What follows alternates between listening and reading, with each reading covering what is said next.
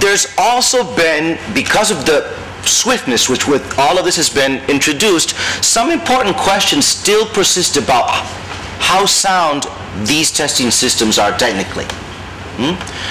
In Latin America, there are only 4 or 5 countries that can really say that they have a system of year-to-year comparability of tests.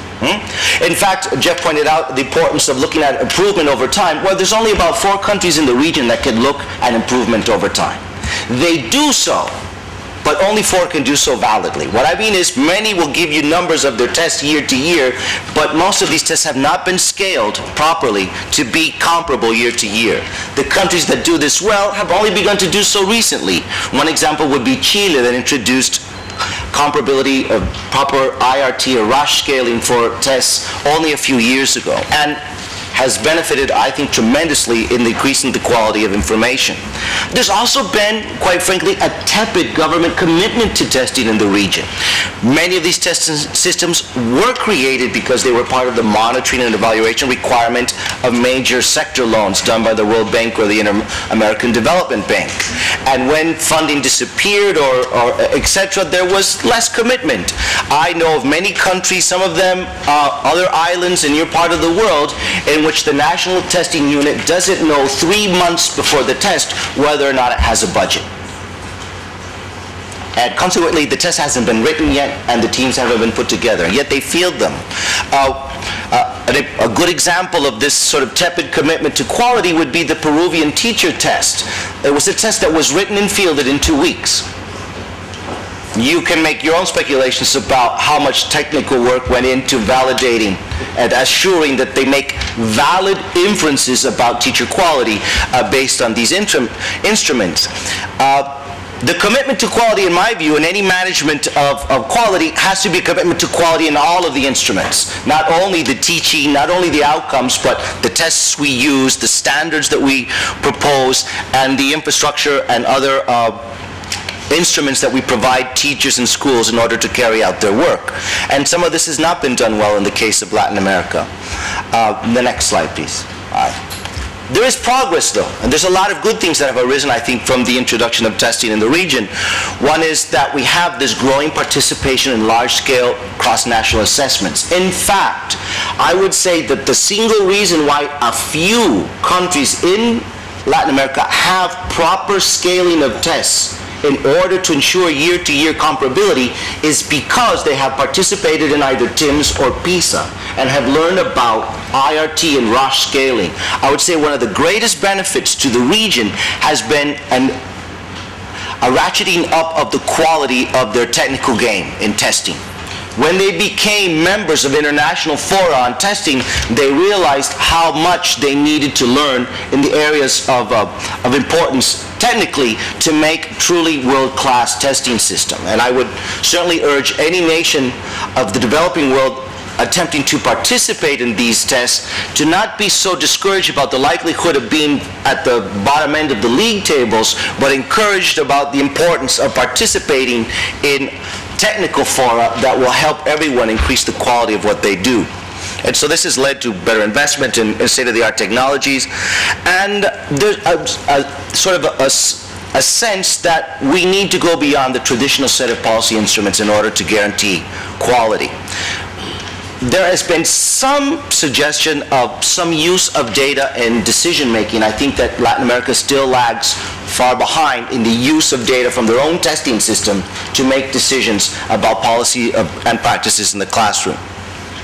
Let's move a little bit further. Let's see a little bit about some nascent efforts in accountability in the region that I call. There's some discussion in the region about who should be accountable for what. There's a little bit more enthusiasm for thinking of the school as the accountable unit and less enthusiasm for thinking of the student or their teacher as the unit of accountability. There is nothing that I would characterize as high-stakes testing in the region. We have some what I call low-stakes tests in the region. Some examples would be, for example, Costa Rica, El Salvador, and the Dominican Republic. Since the Dominican Republic is a little bit closer, we'll look a little bit at what happens there. There's a school leaving examination in secondary school that is worth 30% of the student's grade. almost nothing. Students have 3, 4, sometimes 6 opportunities to pass this test, and there's almost no cases in which a student fails to approve secondary school based on their performance in the test alone. There's always a great deal of negotiation regarding test result, but there is something of a signal that there's some sort of national standard for school leaving. And next, please. With schools of primary units of accountability, there's a little bit more happening. Chile publishes league tables ranking all schools in this system every year. It's required by law, and presumably people use these to make decisions about school attendance. El Salvador publishes lists of high-performing schools, and Colombia, at least the city of Bogota, does some work in giving awards to schools that test highly on their municipal examination. Next, please.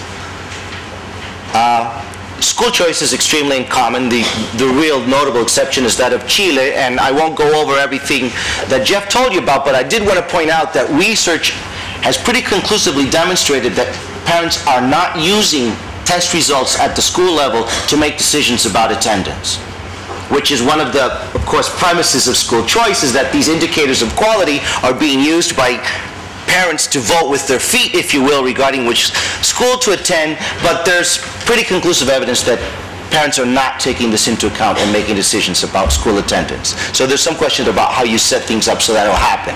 One would be maybe if you actually gave them real choices, because many parts of the country there really is only one school to attend anyway. Next. There are new efforts to promote accountability. In Chile, a lot is happening in the area of incentives for teachers.